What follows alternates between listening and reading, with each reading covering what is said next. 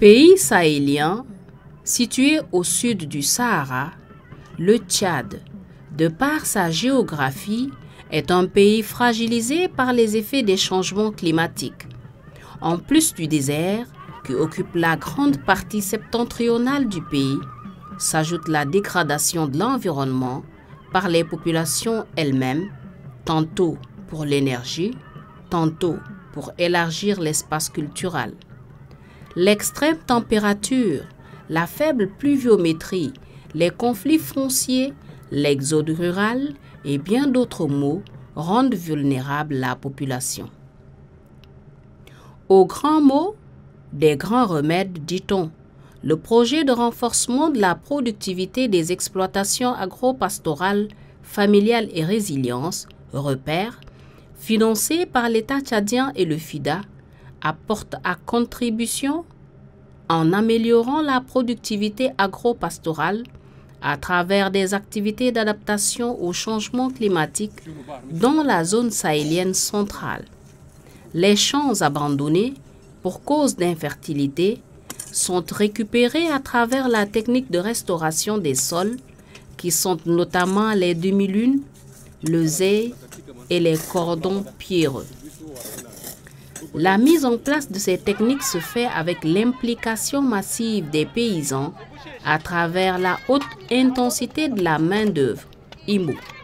Ce déploiement en masse a pour objectif de permettre aux paysans d'apprendre et de maîtriser ces techniques afin de les vulgariser à leur tour et de les répliquer même après le projet. Notre objectif, c'est de récupérer le sol là. Avant, vous ne pouvez même pas voir les herbes là. Même aucun tige peut pousser de cette manière. Maintenant, tel que nous avons fait, le mil a un peu poussé. Comment on fait la demi-lune? On le confectionne, on trace un cercle divisé en deux. La partie qui est en demi-lune là, c'est ça là qu'on creuse. On creuse un peu en profondeur, c'est environ 10 à 15 cm. En rayon, la largeur du demi-lune est environ 2 mètres. L'écartement des demi-lunes, c'est entre 2 mètres. Maintenant, les ailes, l'écartement des ailes, c'est 1 mètre. 1 mètre. Mais c'est en quinconce. Les ailes aussi, c'est le même système. On creuse un trou environ 15 à 20 cm. Maintenant, on prend un peu de la bouse avec la main comme ça. On le met un peu et on remplit un peu, on met un peu aussi de la terre creusée là. On met là-dedans sur la bouse là. Quand l'eau arrive, il pleut et ça tombe dans le trou là. Ça rend le sol un peu humide. Et l'humidité là reste longtemps. C'est comme ça que on sème le mil là, dans les trous là.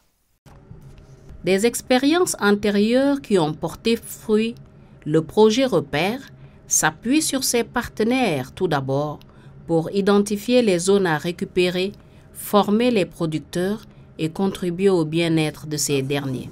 Quand on a fini d'identifier, on met le comité sur place. Ce comité-là, on appelle comité de gestion du site. C'est comme ça qu'on va faire former ces gens-là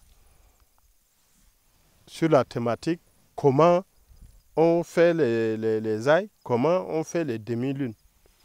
Arrivé sur place maintenant, ici, pour démarrer les travaux, on forme les travailleurs IMO.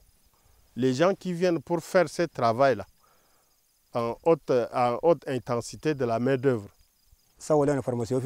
Ils nous ont formés à Mangalmé et nous ont dotés de matériel de travail. Nous avons travaillé en ligne grâce aux méthodes demi-lune et ZAI. Le changement majeur ici, c'est que ces parcelles aujourd'hui retiennent de l'eau, ce qui n'était pas le cas avant. La venue du projet REPER est une vraie aubaine pour ces populations à majorité producteurs agricoles. Les solutions enseignées par le projet REPER sont adoptées. Les producteurs en font les leurs, promettent de les rendre pérennes dans leur localité.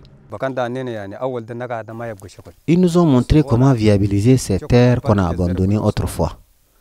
Nous garderons longtemps ce qu'on a appris et l'enseignerons aux autres. En leur formant, moi j'ai posé une question. Dans les années antérieures, là où c'est devenu nu, là, eux qui étaient encore jeunes, là, qu'est-ce qu'ils ont constaté?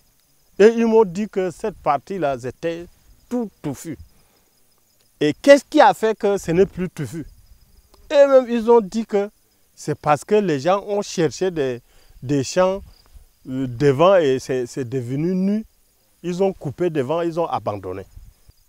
Mon message, c'est de continuer à faire ce travail-là, ne pas couper les arbres. En coupant les arbres, on appelle le désert.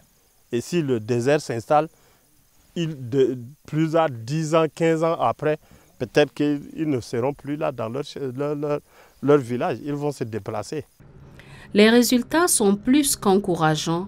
Plusieurs hectares de champs abandonnés ont été récupérés pour y faire la culture, les rendements très encourageants, revenus des producteurs augmentés, atténuation des conflits agriculteurs et éleveurs et de l'exode rural, et surtout des hectares d'arbres protégés.